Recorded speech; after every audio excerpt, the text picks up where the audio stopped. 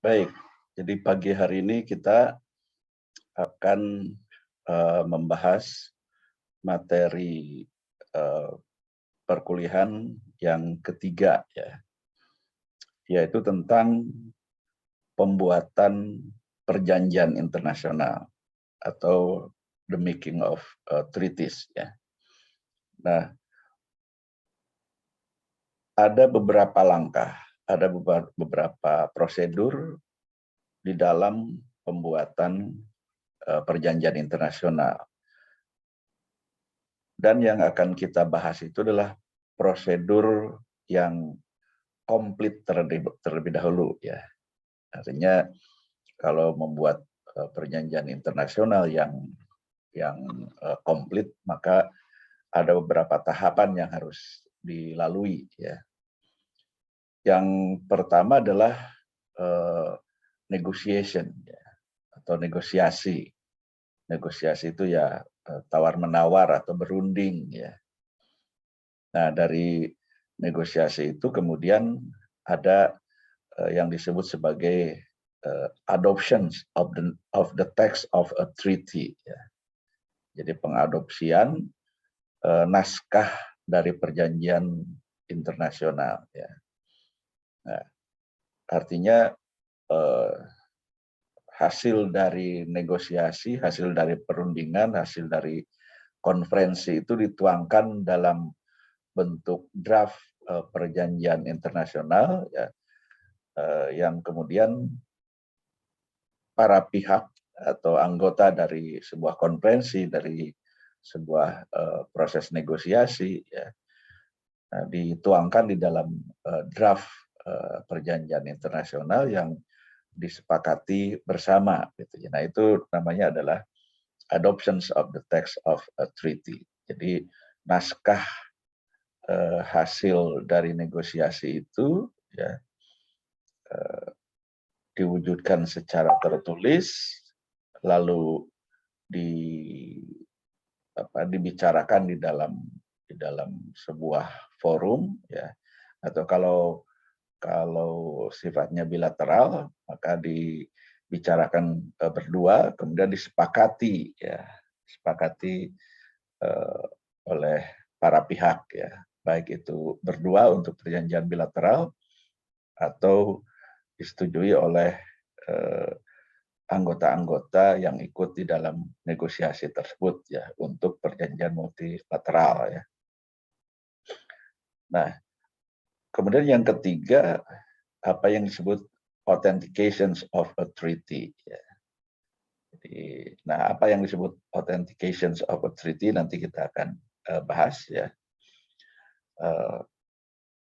Kemudian yang keempat, tahap selanjutnya adalah consent to be bound ya. Jadi persetujuan untuk terikat oleh perjanjian yang bersangkutan. Nah, ini di langkah yang keempat. Kemudian langkah yang kelima, akhirnya perjanjian tersebut berlaku ya, atau ini disebut sebagai entry into force ya. Jadi setelah dinegosiasikan, kemudian dibuat draft itu kemudian diadopsi, artinya disepakati bersama oleh para pihak bahwa draft itulah yang akan dipakai sebagai dokumen resmi ya. Nah, setelah para pihak sepakat, lalu kemudian dilakukan autentikasi ya, dari perjanjian tersebut ya. Artinya membuat dokumen-dokumen yang sudah dibuat itu, ya, draft yang sudah dibuat itu menjadi dokumen resmi ya. Nah, caranya bagaimana nanti kita akan bahas ya. Kemudian consent to be bound ya. Jadi setelah naskahnya secara resmi disepakati ya, lalu kemudian para pihak sepakat untuk terikat dengan perjanjian tersebut ya. Jadi consent to be bound ya. Yang akhirnya kemudian perjanjian yang bersangkutan berlaku ya. Dan pada tahapan akhir yaitu registration ya, registrasi. Jadi perjanjian yang sudah dibuat itu harus didaftarkan di kantor PBB ya. Nah, ini langkah-langkah pembuatan langkah-langkah pembuatan dari treaties atau dari perjanjian internasional ya. Nah, kemudian kita coba satu persatu untuk kita elaborasi ya, kita bicarakan atau kita bahas ya. Pertama yaitu negotiation atau negosiasi ya. Nah, negosiasi ini ya, dilakukan oleh perwakilan-perwakilan dari negara-negara yang terlibat dalam suatu perjanjian ya. Nah, artinya adalah yang melakukan negosiasi itu adalah pihak-pihak atau orang yang memang sudah diakreditasi, sudah ditunjuk secara resmi sebagai wakil dari negara yang melakukan negosiasi tersebut. Gitu ya. Nah, ini yang pertama ya, bahwa negosiasi itu dilaksanakan atau dilakukan oleh perwakilan-perwakilan yang telah terakreditasi atau telah ditunjuk secara resmi oleh negara yang bersangkutan. Nah, bagaimana untuk melihat, untuk menyatakan bahwa para pihak yang melakukan negosiasi itu memang orang yang memiliki kapasitas ya untuk mewakili negara dan juga memiliki kewenangan ya, untuk melakukan negosiasi ya. Jadi jangan sampai melakukan negosiasi ya, tetapi dia sebenarnya tidak memiliki kapasitas ya, dan tidak memiliki kewenangan.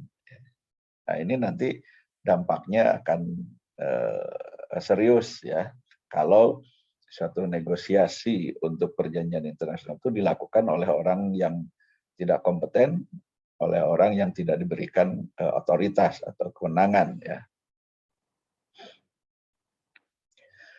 Nah, untuk menyatakan bahwa seseorang yang mewakili suatu negara itu memiliki kapasitas ya, memiliki kewenangan ya, maka yang harus dilihat itu adalah ketentuan-ketentuan yang ada di dalam konstitusinya ya, konstitusi masing-masing negara ya.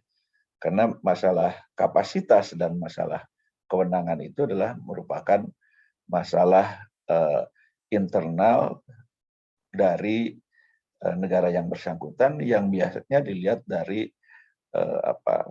fondasi konstitusinya ya dari masing-masing negara. Nah, jadi untuk melihatnya harus merujuk kepada konstitusi dari negara yang bersangkutan. Ya.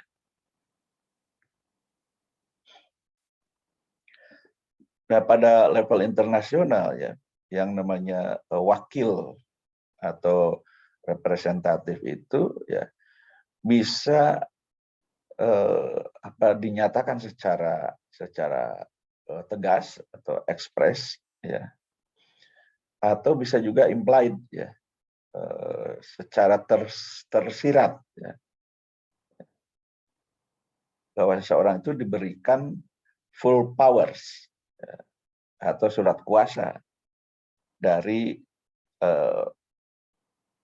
yang berwenang pada level nasional ya, untuk memasuki negosiasi yang menimbulkan kewajiban-kewajiban ya bagi negara yang diwakilinya. Nah, ini tentu secara hukum ini harus jelas dulu ya, siapa sih yang mempunyai kapasitas ya untuk mewakili sebuah negara misalnya ke dalam negosiasi perjanjian internasional. Apakah yang bersangkutan itu diberikan kewenangan ya oleh negara untuk mewakili negaranya ya memasuki negosiasi yang nantinya akan menimbulkan kewajiban bagi negara yang bersangkutan yang timbul dari dari ketentuan-ketentuan perjanjian internasional tersebut ya. Nah, ini saya kira sangat penting ya. Nah, untuk melihatnya salah satunya itu adalah dilihat dari full powers-nya itu, dari surat kuasa ya, apakah seseorang megang surat kuasa ataukah tidak. Tetapi bisa juga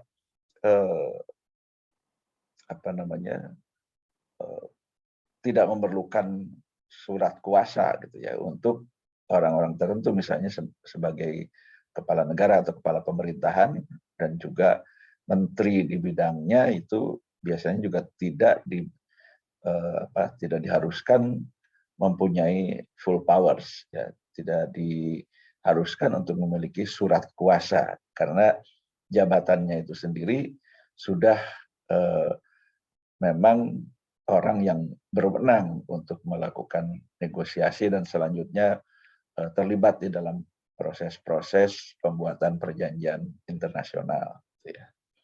Ini tahap pertama ya. Nah, untuk melihat lebih lanjut tentang ketentuan negosiasi ini, ya, maka Konvensi Wina 1951 itu sendiri menentukan ya, Konvensi Wina 1969 ya, di dalam pasal 7 ayat 1-nya menentukan bahwa suatu individu ya, dipertimbangkan atau dianggap memiliki otoritas atau kewenangan untuk mewakili sebuah negara ya, jika pertama adalah appropriate full powers ya.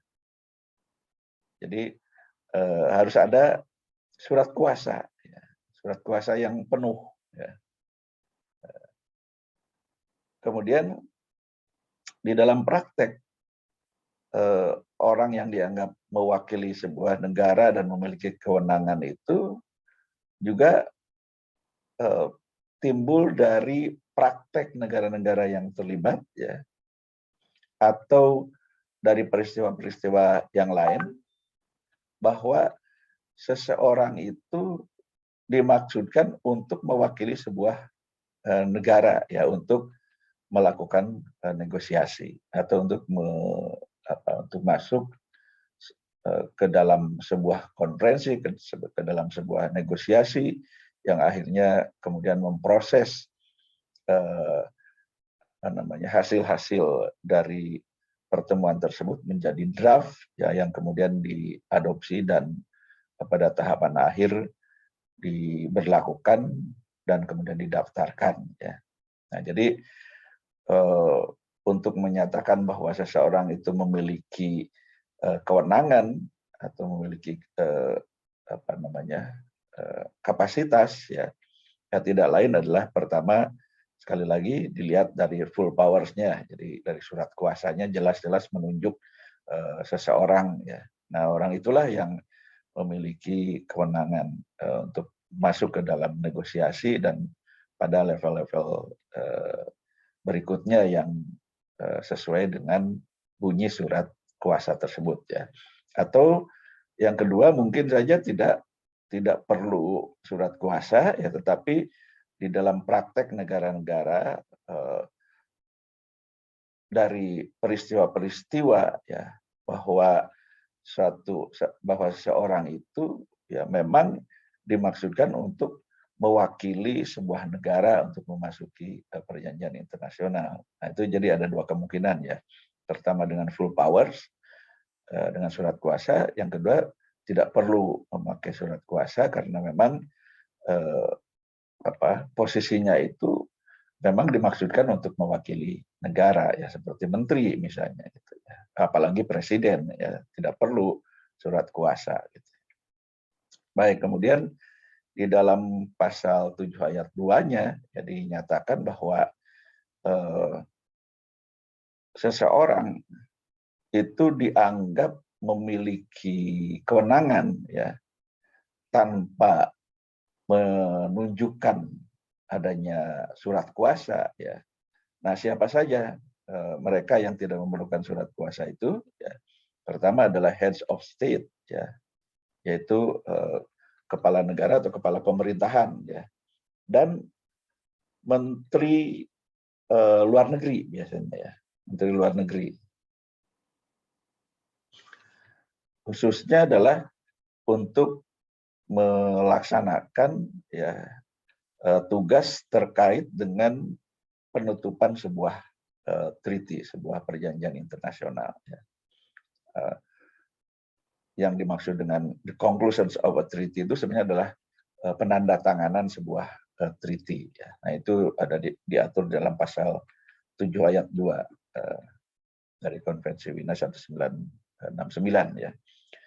Kemudian bagaimana dengan wakil yang lain yang bukan menteri, ya? Maka di sini ada ketentuannya menurut pasal 7 ayat 2 itu bahwa perwakilan yang diakreditasi oleh negara-negara untuk menghadiri konferensi internasional atau untuk atau dalam organisasi internasional misalnya, atau di dalam salah satu organ dari organisasi internasional. Nah, jadi ini ada beberapa kemungkinan, ya, bisa yang tidak memerlukan full powers itu adalah kepala negara atau kepala pemerintahan atau kepala misi diplomatik, ya, dalam hal ini adalah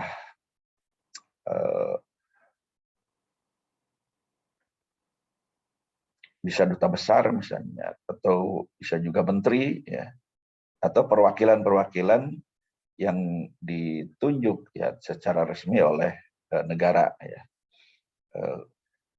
ke lembaga, ke konferensi-konferensi internasional misalnya, atau ke organisasi internasional, atau ke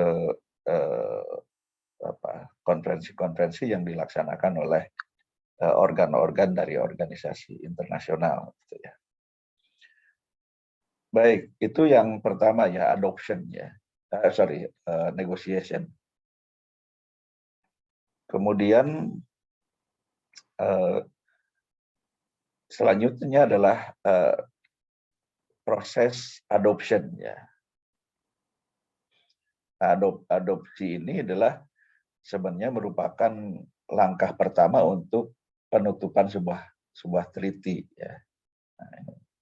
Nah, itu diatur di dalam pasal 9, ya. Nah, kemudian yang ketiga adalah autentikasi, ya. Nah, autentikasi ini bisa dilakukan dengan berbagai cara, ya. Tentang metode autentikasi ini, ya,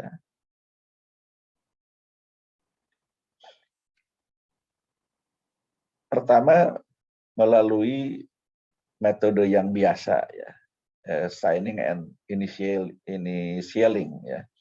Signing itu artinya untuk mengautentikasi sebuah dokumen atau sebuah draft dokumen perjanjian internasional itu melalui penandatanganan, ya, atau initialing, ini ada paraf, ya, jadi bisa juga paraf. Tapi bisa juga dengan cara yang lain. Jadi selain signing dan initialing, ya, juga misalnya adalah dengan menggabungkannya pada teks, ya, dalam draft terakhir atau dokumen perjanjian terakhir, ya, di dalam sebuah konferensi, ya. Nah, ini namanya autentikasi, ya. Kemudian proses berikutnya adalah consent to be bound, ya. Jadi kalau sudah diautentikasi, maka sebenarnya ada proses lagi, yaitu persetujuan untuk terikat, ya.